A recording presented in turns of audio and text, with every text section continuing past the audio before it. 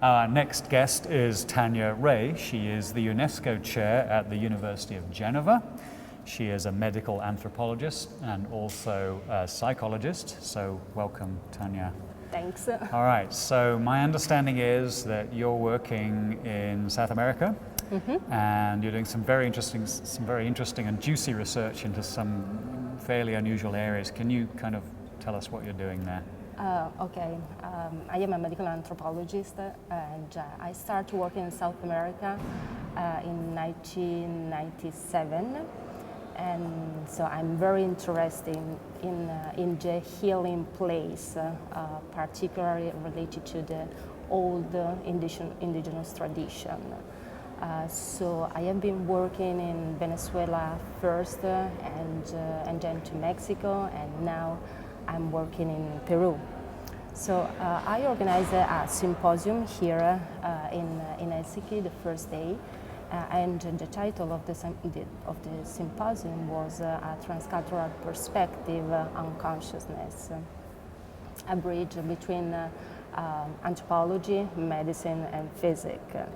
So I like, even if I am a medical anthropologist, I like working with other people, so with other researchers. Our research group is formed by me and by other colleagues that were with me, who are medical doctors, molecular biologists, and theoretical physics. So what are we doing?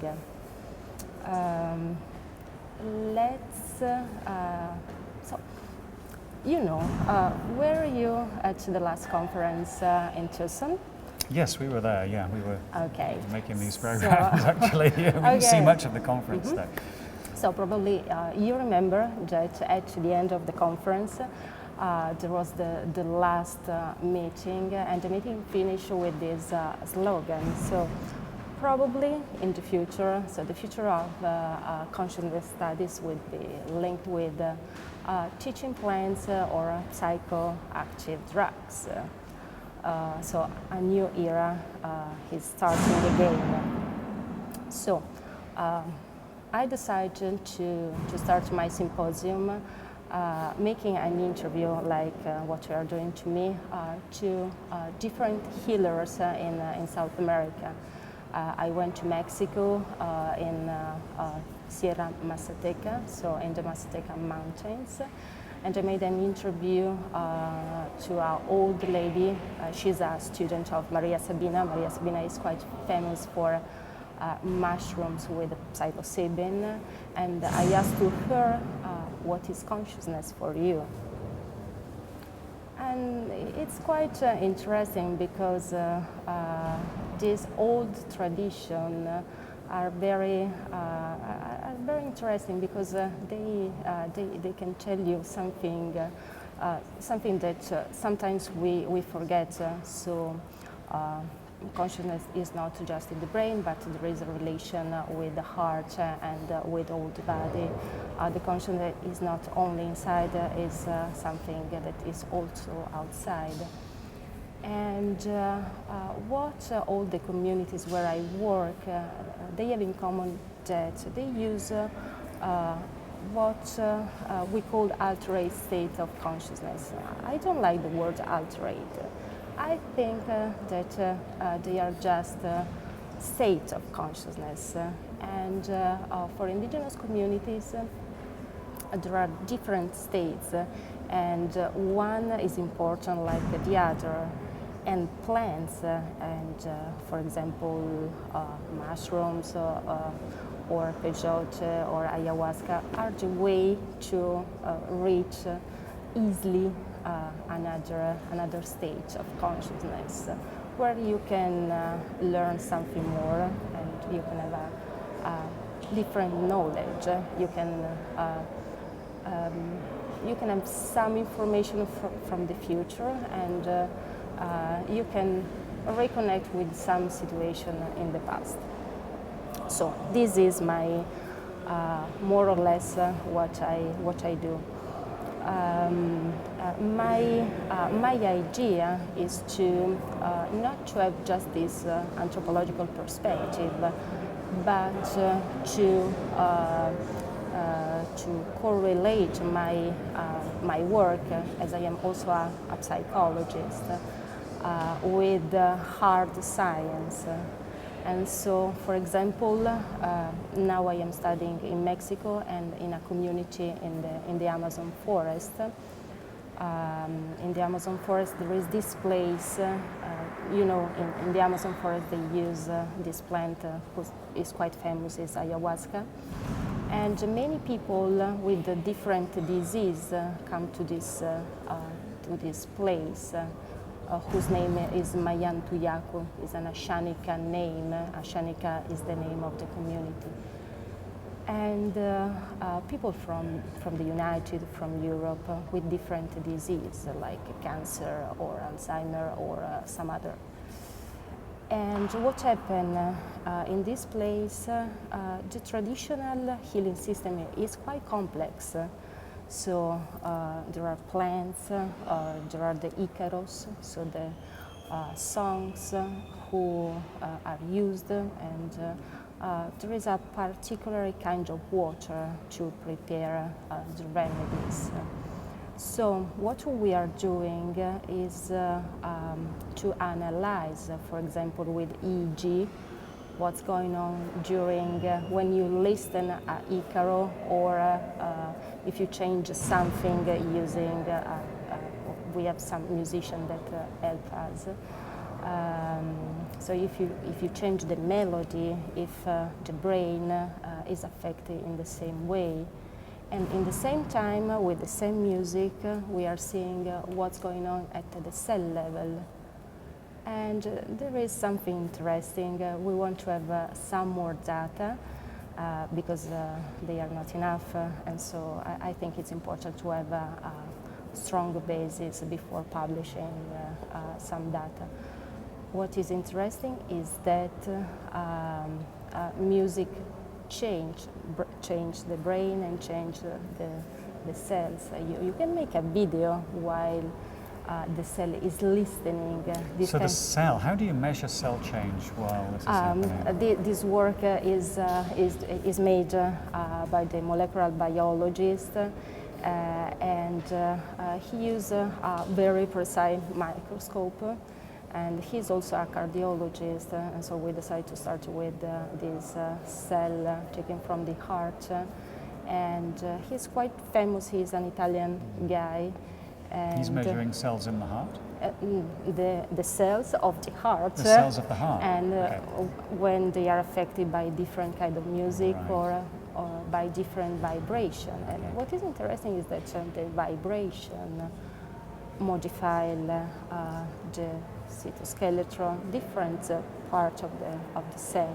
We are measuring the coherence between the brain waves during EEG and during while a person is listening this kind of music. So the research is divided in 3 parts. So the first one is related just with the plant, the second one just with the music, and the third one just with the water. Also the water that is a part of the healing process. If there is a song, if the shaman sing inside a bowl, and if you take a sample of this water, the structure of the water change. So it's always water, but the image of the water is different. The idea is to repeat and repeat the experiment, just to say, okay, is science, is not just by chance. But I think it's quite interesting because in this way we can create, I think, a bridge between the past and the future of not only of the research, but also healing system and a sort of new medicine, not only based on biology but made based on physics, vibration, and information theory. So you can in some way affect the cell using what the old shaman or healer used, and they know. So how important then would be the cultural container, the indigenous society? If you grow up in this kind of culture, your whole cosmology is different. You have a different relationship to animals and plants and to the earth. So for us going from the West with a very sort of mechanistic and reductionist point of view, we're trying to pull it apart and sort of say, oh, well, here's a component here, let's see what that does. Whereas perhaps I think what I hear you saying is that there's some kind of holistic sense here. You combine a song, you combine ayahuasca and water, and the whole experience is sort of, and it's in this cultural container, which has itself a meaning, has a relationship that somebody coming to be healed is going to be held in that container.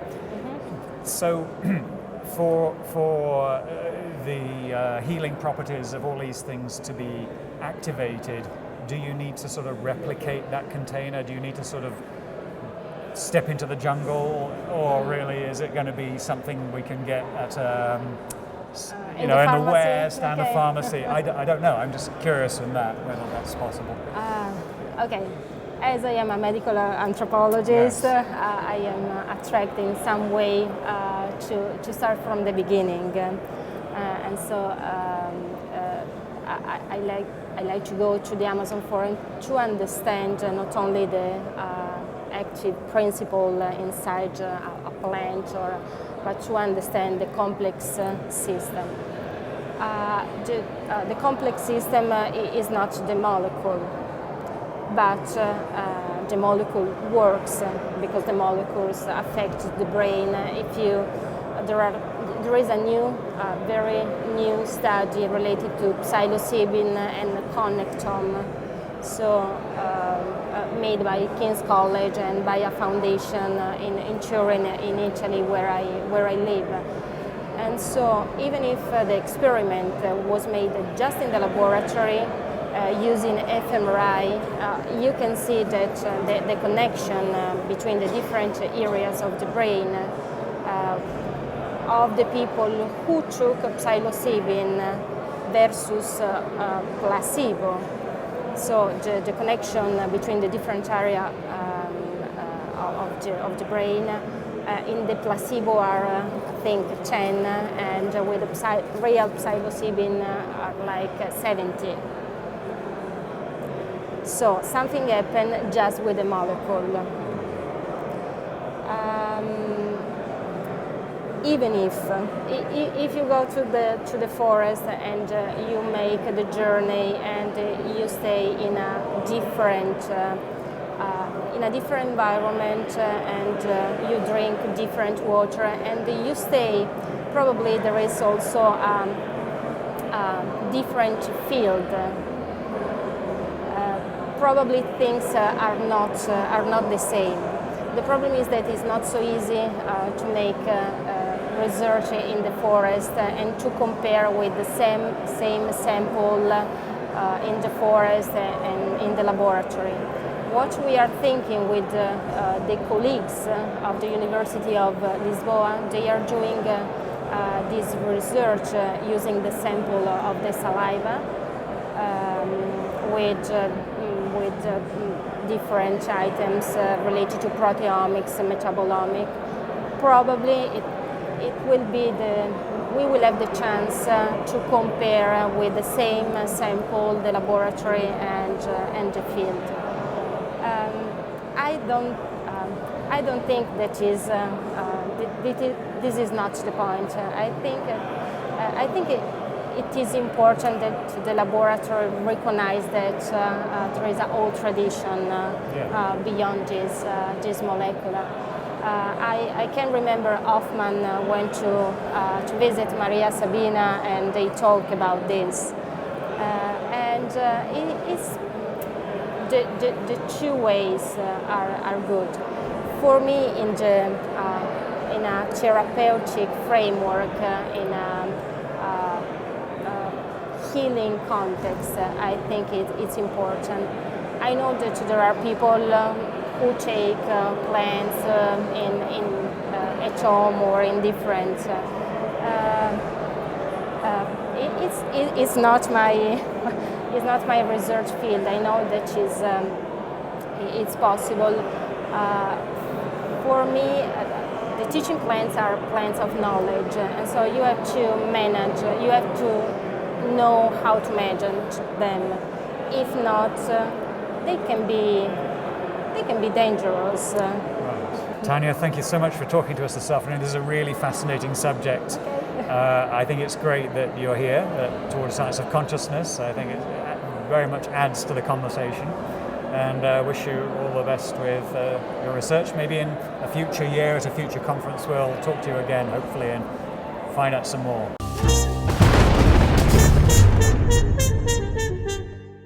My name is Vicky Gupta, and I'm a student at the Berg Educational Institute in India. And I'm actually doing my PhD in material science, and this is a side interest of mine because I find it fascinating. So what I wanted to see was that the concept of fractals, I think everybody knows a little bit, that if you take anything in nature, or almost anything, as you go down into it, smaller and smaller, the same pattern is repeated again and again, and that is what a fractal is.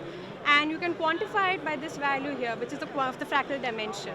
And they say that as this value increases, it's a larger complexity, it's a more complex pattern. So I just thought that I would try and apply this equation to the brain. So you go from a macroscopic to microscopic to a nanoscale. So you go from the brain to neurons to microtubules.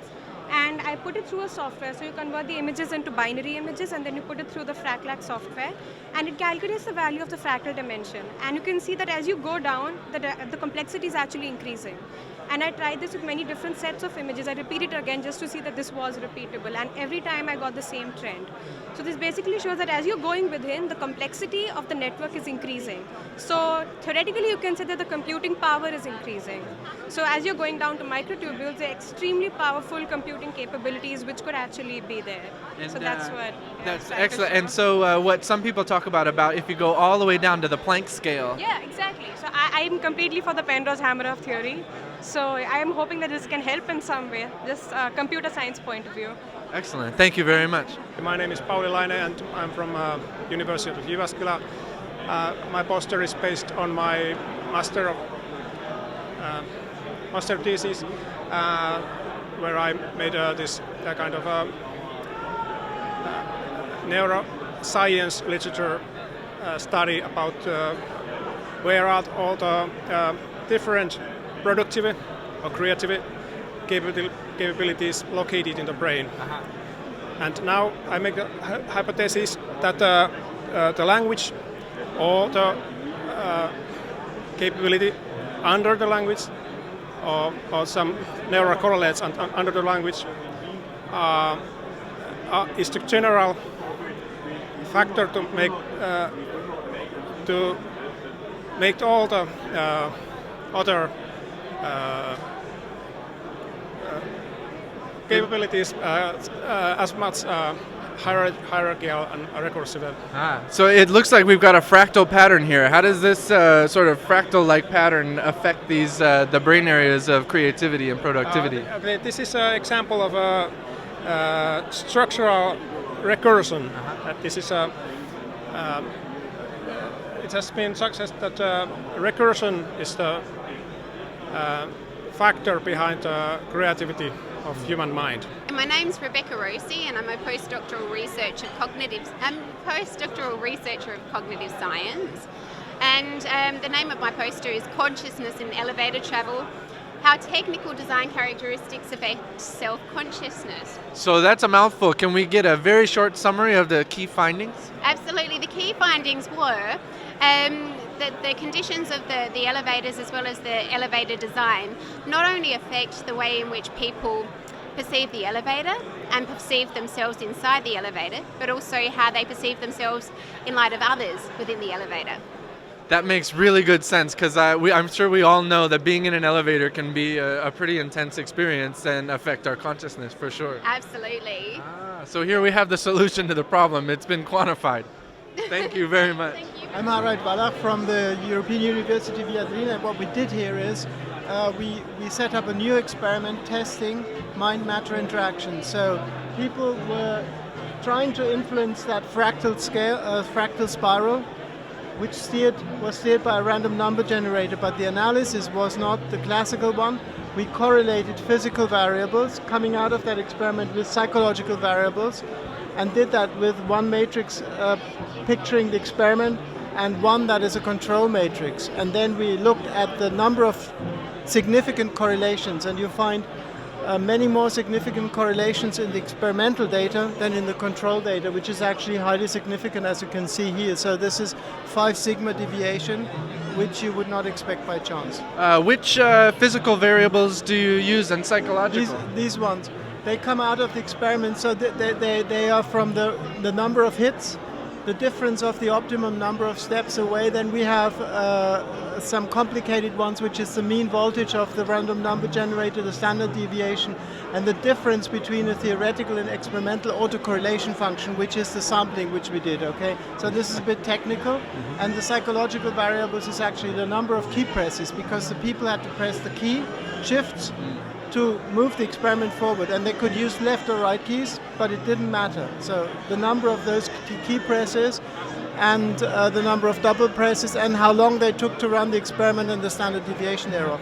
And then when you multiply that by the experiments, you get a 45 by 45 matrix. Well, my name is Dr. Susan Jameson. I live in Hong Kong and I've been a physician for 25 years. I'm an integrative health doctor. So my research is clinical and also personal experience, and it's on light. Light as an electromagnetic energy, and this is about the largely holographic relationship between the doctor and patient, or between any therapist. The biofield around us is an electromagnetic energy around every person. Now, if you're the patient and the doctor, we both have our light fields. Where the light fields merge is the intermingling of the light waves. It's by definition standing waves and hologram. Okay, that by definition. So imagine you come here with your illness, and you're sick, and I've got my all these tools. My presence, my positive attitude, my vision of wholeness, the tools.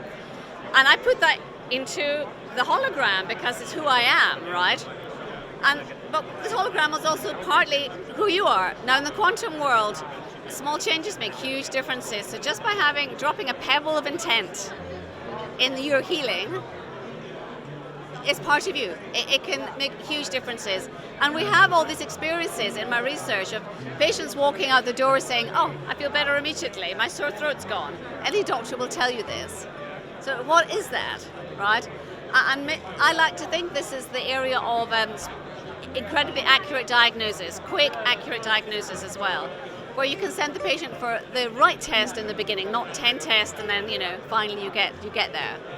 So it's simple sort of physics of the biophotons of the body and the biofield surrounding the body, and then extrapolating from that in holographic theory. Do you think that we should train doctors in this so that they could be better doctors? Well, I'd very much like to start doing this. I see it as an add-on to modern medicine, which is fabulous. We've gone far enough, though, with radiology, pharmacology, all these fabulous things we do. This is an add-on in the clinical skills.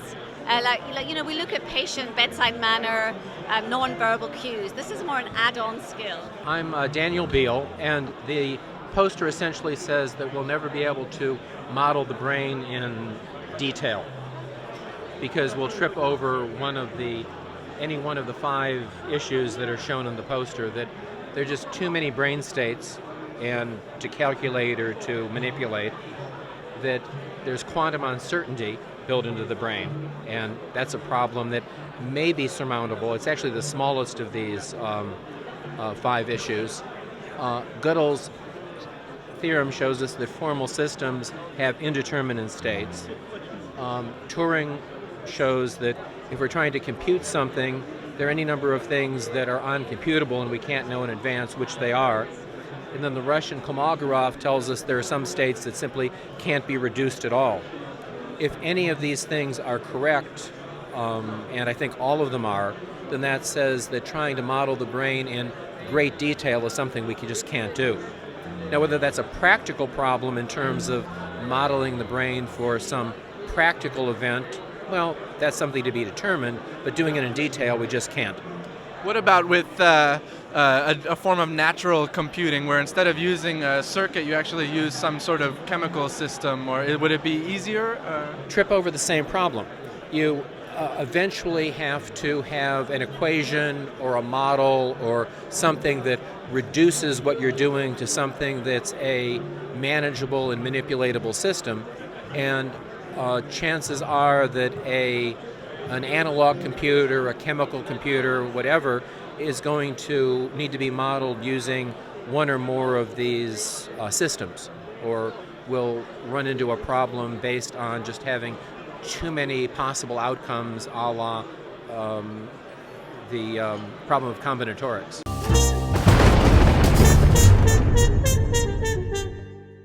And now let's go over to Leland Strom, who is moderating a conversation between two of the world's most renowned neuroscientists, Walter Freeman and Jean-Pierre Changeux. Here at the International Conference Toward the Science of Consciousness 2015 in Helsinki, two giants in the fields of neuroscience are present. One from America, Professor Walter Freeman, and one from Europe, Professor Jean-Pierre Changeux.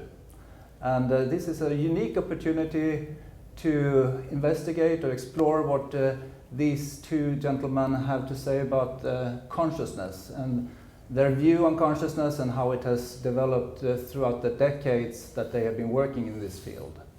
My name is Hans Liljenström, and I'm the project leader of a human nature exploration project, which is a John Templeton Foundation project, and which is hosting this dialogue. So I'm very happy to have you here today. And we have just heard Professor Jean-Pierre Changeux giving his keynote lecture and about the molecular biology as a basis for consciousness. Now, could you please summarize very shortly your view on consciousness and in particular intentionality? Thank you very much. First of all, I am very pleased to contribute to this meeting, and I'm honored to be with you.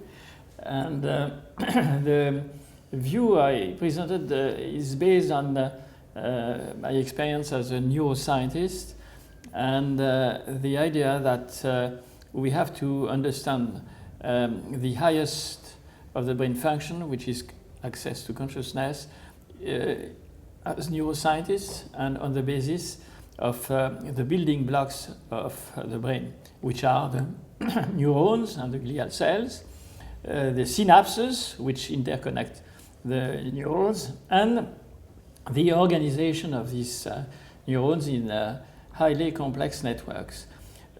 So my view is that all these processes from the molecular biology up to consciousness are nested within each other, and that the molecular level is imposing constraints to the higher brain functions. And in particular, the speed of processing of signals in the brain is constrained by the dynamics of the allosteric transition, conformational change, of the elementary building blocks, in particular the receptors at the synapse, as well as the release of neurotransmitter at the synapse. So that makes the speed of processing slower than the speed of sound, and the access to consciousness in the 10 to 100 millisecond time scale that is very slow. So this view of consciousness as a higher brain function is in fact within what one may call a physicalist framework. Now, in a very simplified way, the models we have proposed together with Stanislas Dehaene and Michel Kersberg is that the conscious workspace, where everything is taking place in a unitary way, where the subjectivity is taking place, there is some physical place where these things are going on, is made up, is constructed from neurons which possess long axons. And these long axons interconnect with each other such that there is a global physical space which happen, and we may view access to consciousness as the invasion of this long-range network by impulse coming from, for instance, sensory stimuli, which enter in some kind of all or none manner into this global network, which would therefore manifest an ignition process as, in fact, testimony that the signal has been consciously perceived in a subjective manner. Mm-hmm. So this is a very short and concise way. Okay, thank you. Yes. Of saying marvelously things. done. Yes. Thank you. So Walter, what are your comments to this, and how do you see your well, view? My entry into this field was through internal medicine and clinical neurology. And therefore, early on, I was concerned with the mechanisms of a variety of disease processes that afflict the central nervous system. And this is quite remarkable in the sense that for all its complexity, brains are remarkably immune to disorders on the whole. So that there is much to learn about how the brains defend themselves against the vicissitudes of 80, 90 years of living. Now, the point that you make is, I think, well taken, that brains are slowed not so much by the time required for allosteric changes, which can be in the microsecond range. Micromillisecond, yes, sir. But the kinds of change that we observe are measured in, at best, milliseconds, and sometimes fractions of a second, yes, which is, I think, reasonable. Now, this must be tempered by the recognition of the remark of John von Neumann in his 1958 book, The Computer and the Brain, in which he basically stated that he had been seeking throughout his 58 years of life for the language of the brain, and realized... The short code, he says that. Yes. Yeah. But realized that he had not found it. No, I don't know if it exists. Well, that was his point, is that whatever the brain code was, it was not mathematics and not language or natural language, but one thing was clear to him, that brains could do in very few short steps what computers required millions of steps in extraordinary arithmetic depth. And therefore, one should seek the nature of these short steps. And when the time came for me to move on from clinical studies into basic science, I undertook this study of the transitions, the changes in brain state, which might correspond to these few short steps.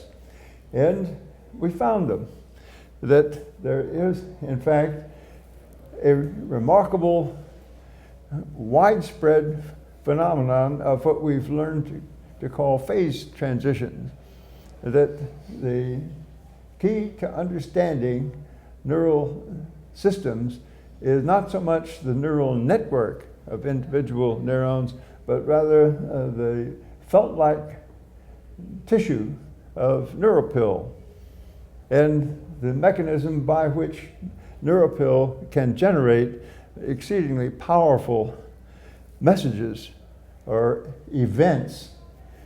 Some of these are, in fact, among the most difficult and challenging problems of clinical neurology involving pain. The neuropathic process in which there is a paroxysm of intense pain accompanying an intense metabolic discharge of such, for example, as trigeminal neuralgia. Well, this has become our model of the operation by which perception takes place.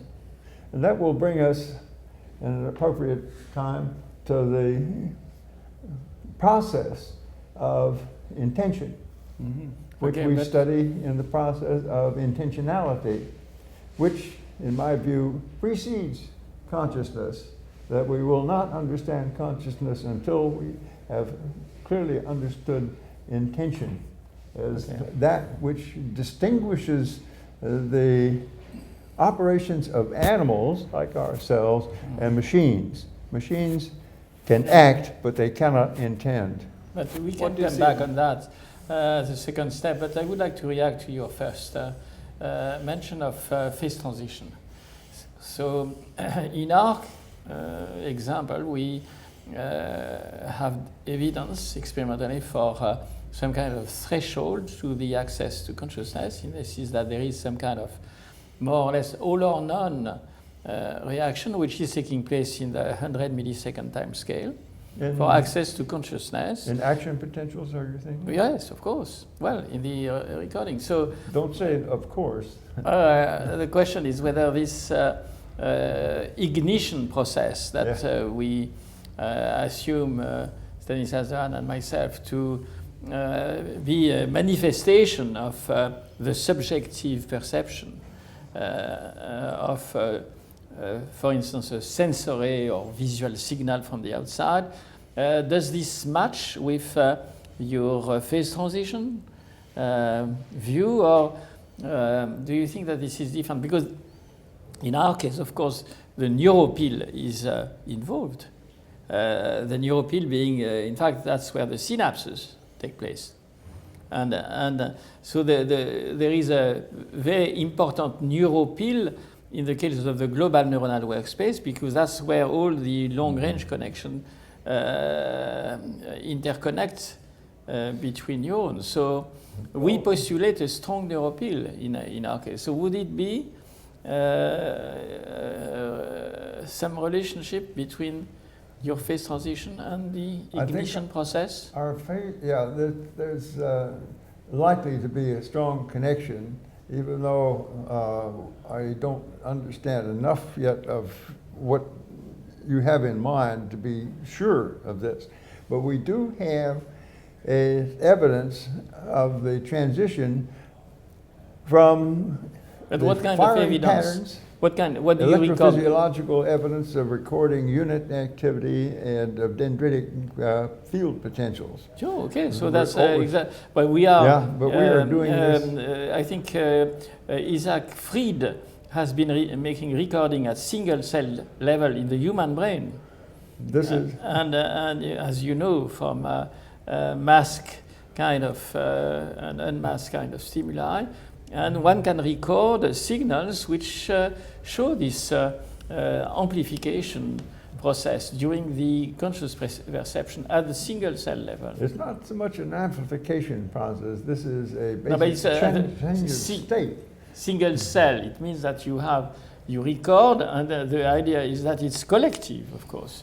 This is the important part of the statement, the collective.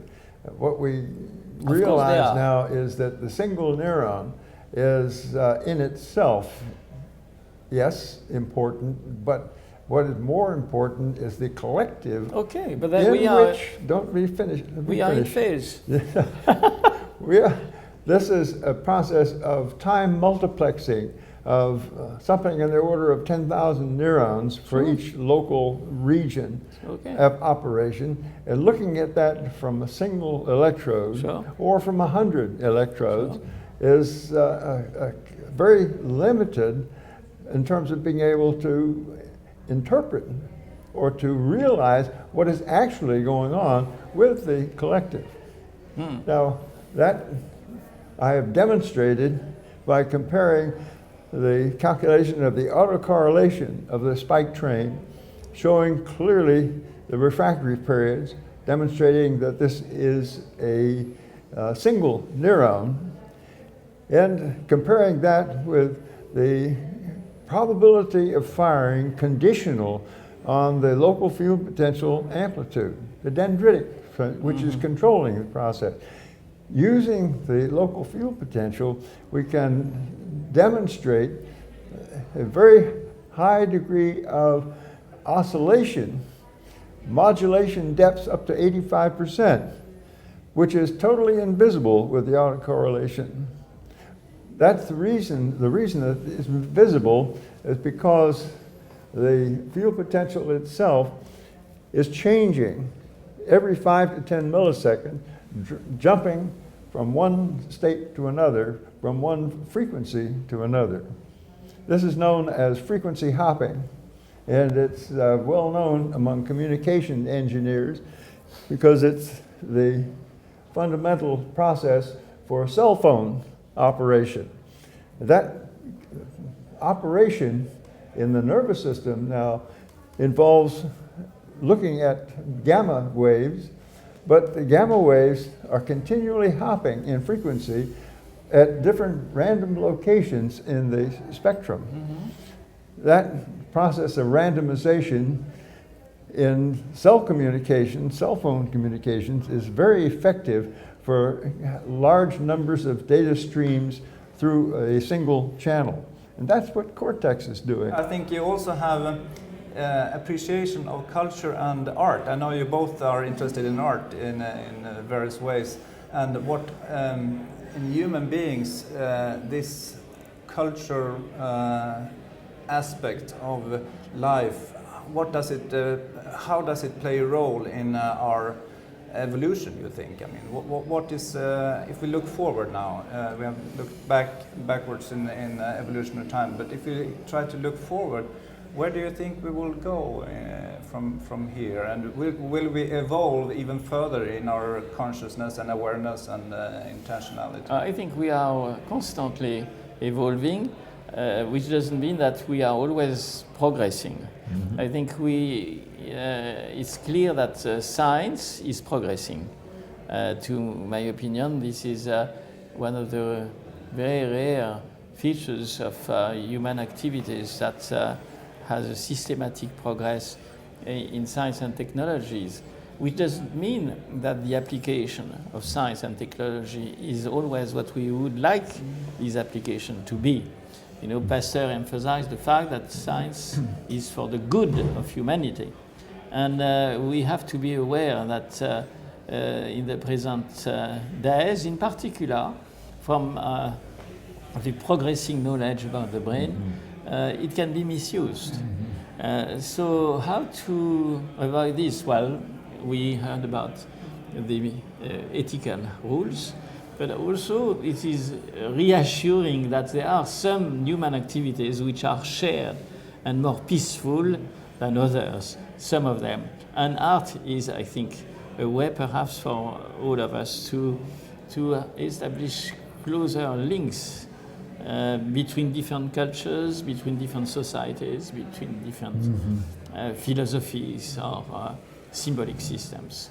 So I have always make the plea that education is very important, not only education to science, but also education to art, and that it may give children a better way of looking at their own life and at the life with the others. Art and music. Absolutely. Music is divine. So these aspects of human life means that we can actually choose our future in some sense. Well, I don't know if we can choose it, well, but we can contribute to it. If we just end up, we should end very soon and just link intentionality to free will. And what do you see? How do you see the link between intentionality in animals or in infants and free will in grown-ups or adults? Well, for me it's very simple, but maybe I will yes, maybe but I think for me free will is simply the fact that, as mentioned, about intentionality and decision, making the difference between the step 2 and the step 3 that you mentioned. Then there is a decision which is taking place through reward or some kind of decision process. So we can choose between a few possibilities. And that's, for me, it's free will. That's it. I think it's a simplest so free will manifestation. Is not an illusion. It is. Oh God, no. I think it is. It is. I think depending of what the way you define it, because as Spinoza said, humans feel they are free because they ignore the cause which determine them.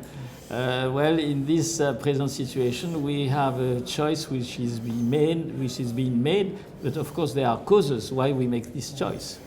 What do you say, Walter?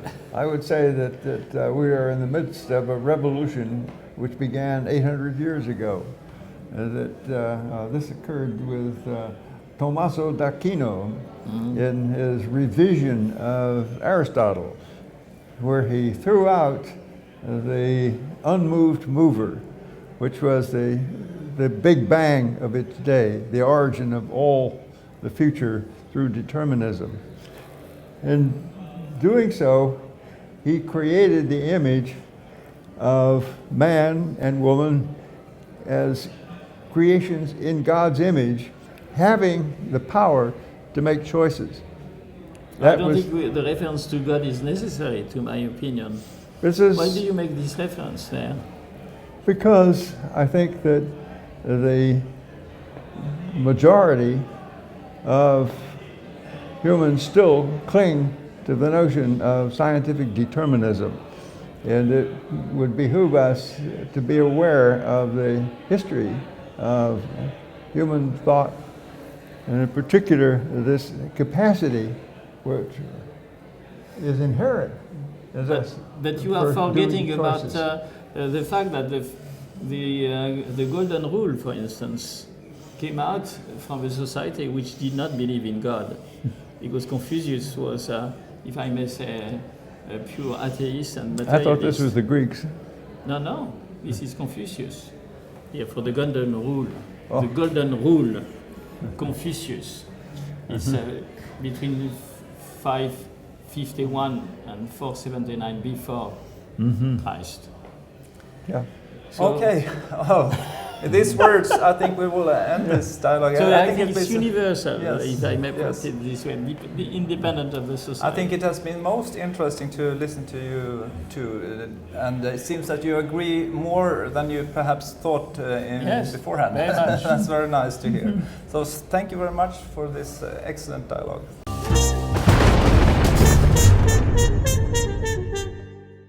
Welcome back. And our next guest is Andrew Duggan. Andrew is a clinical neurologist at the Westmead Hospital in Sydney, in Australia. And he has a very specific interest in applied physics, general relativity, descriptions of space and time. Sounds very tantalizing. We've been talking a lot about quantum theory. You're going towards Einstein. Tell me more. Okay. Well, I mean, the starting point is the realization that the dimensions or the geometry of space that we experience, while there is a correspondence to the actual physical dimensions and geometry of space, it doesn't obey, in my opinion, the same precise rules. There's a transformation between the two.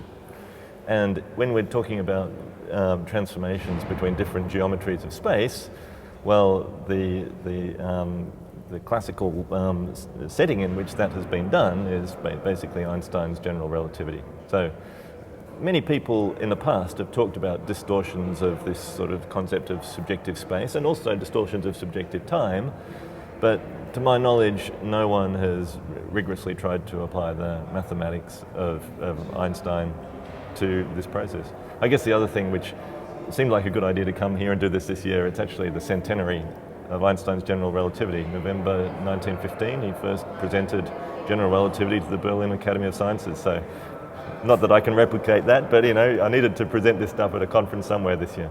Excellent. So perhaps for anybody who's coming to this, I mean, a lot of people have heard of general relativity, but maybe don't know exactly what's in there. So what aspect of general relativity are you kind of looking at? Okay, well, I think probably the easiest thing to describe is this concept of what are straight lines. I mean, we kind of all know from lesson 1.1 of geometry at school, all these rules about straight lines in space. But once you start thinking about subjective experience, it's a little different. So it was actually the Renaissance artists that sort of first realized that, if you're standing in the middle of a road, the straight lines of the side of the road seem to actually converge to a point directly in front of you, and it transformed art.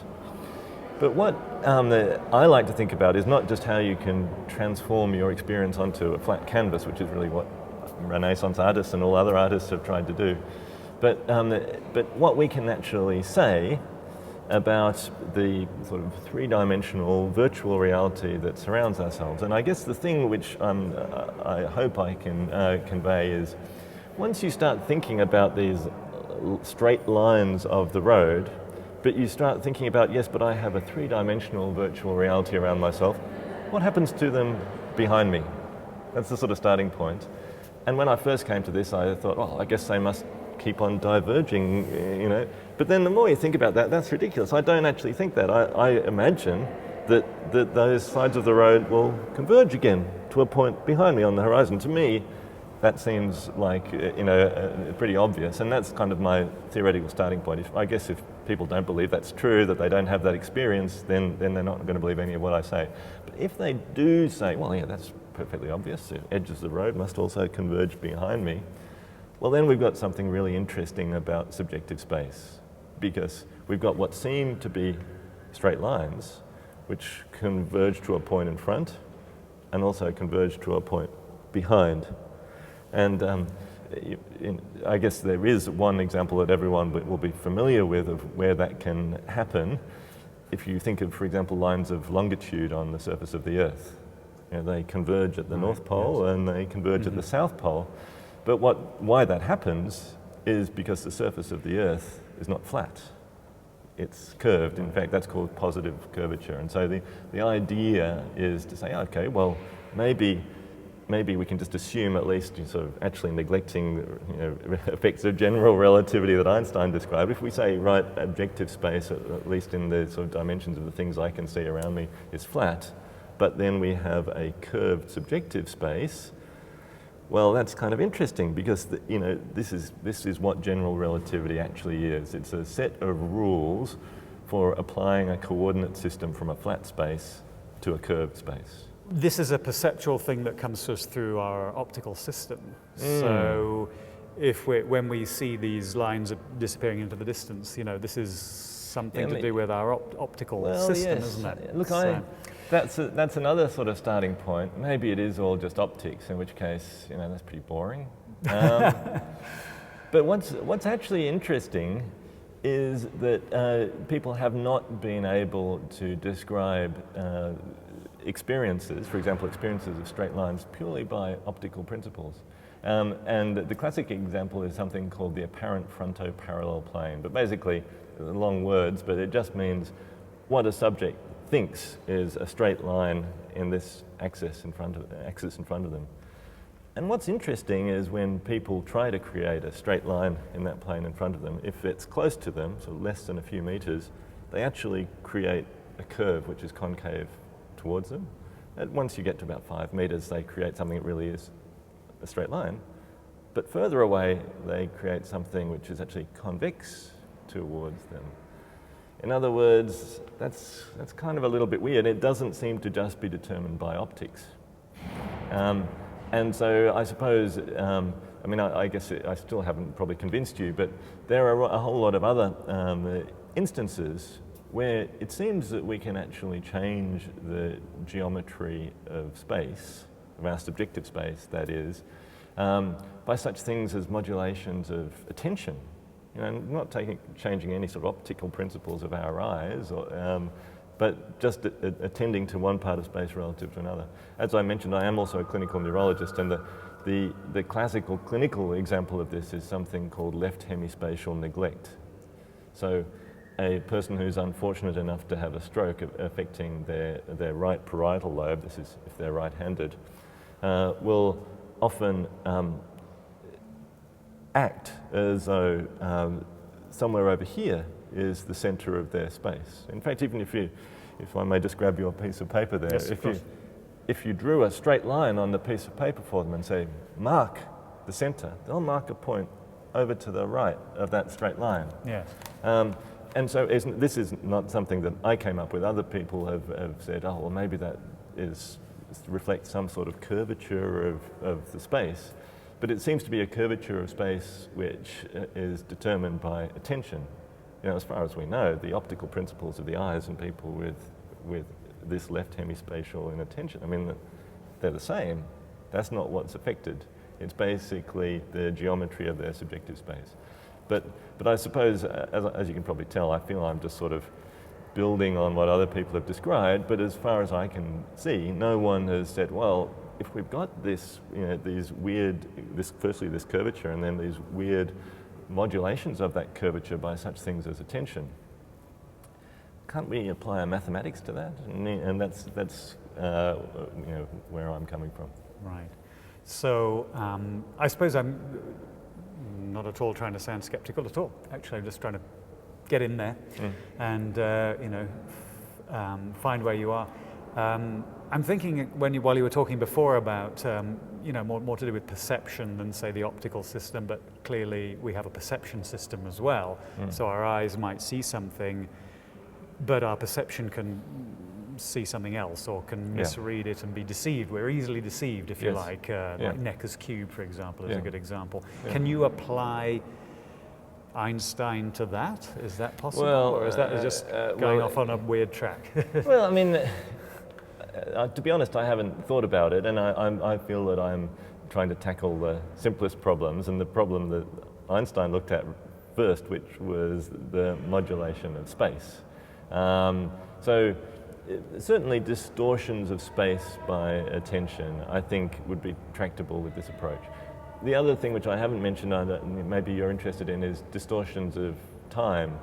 Probably if you were at the conference last year, you would have maybe interviewed David Eagleman, who talked about distortions of time, such things as oddball effects. So if you really don't expect something to happen, if it then does happen, you perceive it as lasting longer than it really did.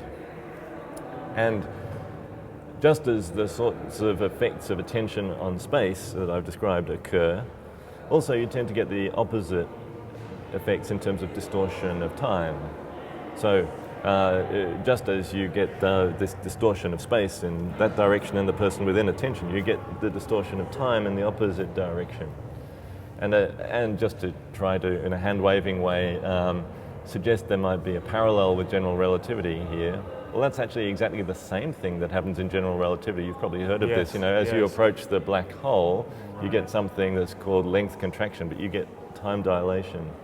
So I mean, it's a loose analogy, but it's at least you know, without trying to describe the mathematics of it. It was perhaps this is the thing that made me start thinking, yeah, well, that's weird, isn't it? Can't we actually use the maths? As it turns out, that you have to do quite different general relativity, you know, because, well, there's a whole lot of reasons, but the curvature that I was describing, like the positive curvature of the Earth, that's not actually what gravity does to space in Einstein's relativity. That's a lot of that is about what's called hyperbolic or negative curvature. You don't need to worry about that, but it's kind of different spaces. But the actual maths is the same. I haven't developed anything new, really.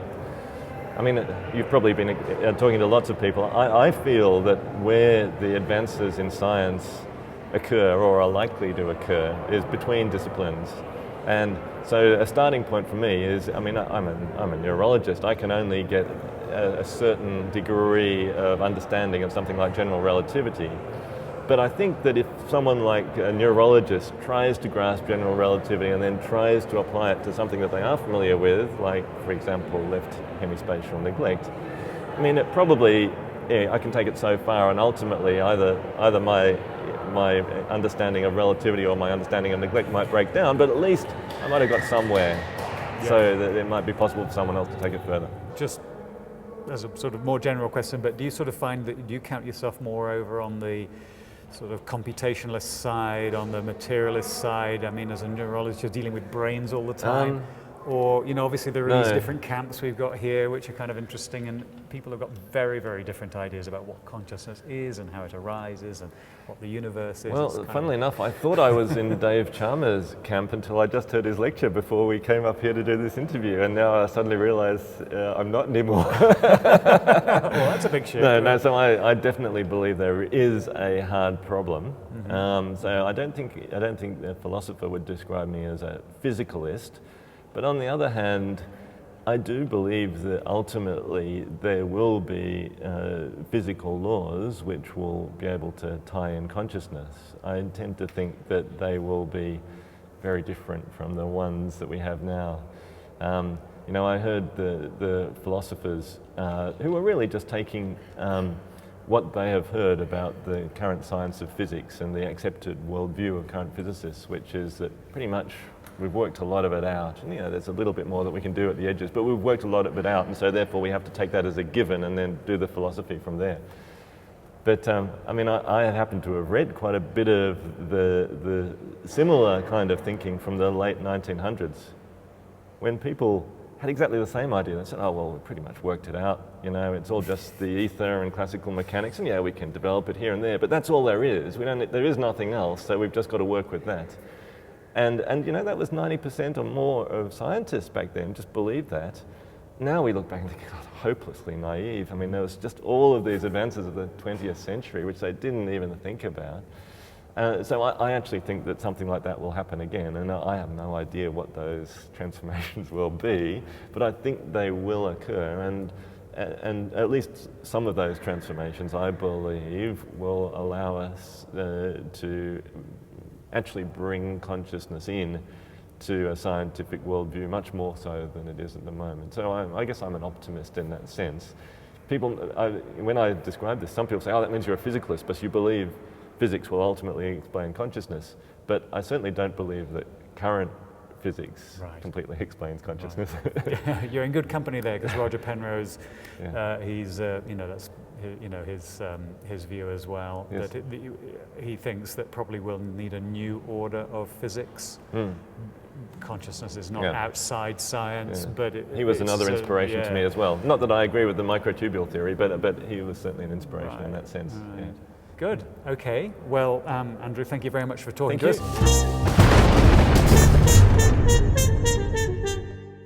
And now let's go over to Cameron Keyes, who is dropping in on the civic reception being held at City Hall in honour of Toward a Science of Consciousness by the city of Helsinki. This year, especially since it's the 375th anniversary of Helsinki University, in Helsinki we are really happy to have you all here. Well, this is a very interesting conference. First of all, it's very controversial, some of the ideas that they're talking about, which is fantastic. It's great that there's kind of like an academic, rigorous venue for discussions about quantum theories of consciousness, but also the more like philosophical views and empirical views on consciousness. Have you had some new perspectives that you've gotten as a result of going to some of these talks? I've learned that there are a lot more there's a position called panpsychism. I don't know if you're familiar with that at this point. Oh yeah, I think we've got it. I've learned this, that there's a lot more of those people than I ever realized. It's actually not my thing. I'm on the opposite side.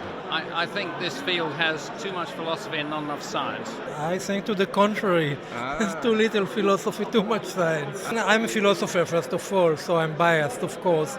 But I really think that the deep problems of consciousness still have to come to a philosophical analysis. I mean, science cannot tell us all the story. I would have liked more grounded people here. They speculate so much about conscious experience when in fact it's aliveness what we are talking about. So I don't feel the aliveness, I feel it only in some people, so I would be happy to feel it more and more people. A lot of very interesting people at the conference. Well, I'm a psychologist and I'm finding the attendees as interesting as the topics and the content. When I go to my own conferences for educational sciences, and then people are in agreement. They are happy to have the similar minds. But here I enjoy that people are having different opinions, opposite opinions, that they are arguing and they are fighting. There are so many different views of different aspects. Think about DNA consciousness or gamma frequency associated to consciousness or you name it. I think it's really impressive that philosophies of today have to learn a lot of fields of knowledge, for example, physics and quantum mechanics and other, and it's really difficult to be a good philosopher today. It's my think about these events. It has more quantum physics than I'm accustomed to, which I think doesn't really have that much impact on philosophy of mind. I don't believe there's too much philosophy because good philosophy becomes science and good science needs philosophy. So the problem is whether there is a bad philosophy that will never produce anything good for science, and when there is bad science that pretends not to need any philosophy. Well, my brain is full, very full, and I think I'm more deeply confused than when I arrived, but I'm confused deeply. We've seen such a wide range of opinions and I guess theories from Eastern mysticism to sort of more to quantum physics. I'm not sure that it's something that we'll ever solve, but it's continues to be endlessly fascinating. I really enjoyed Dave Chalmers, like taking a daft idea like the consciousness collapses the wave function and really taking it seriously and playing it right through. I really enjoyed that. It's always nice to be with all these people talking about, what is consciousness? I don't know. I love this feeling of this awful mystery at the center of human life.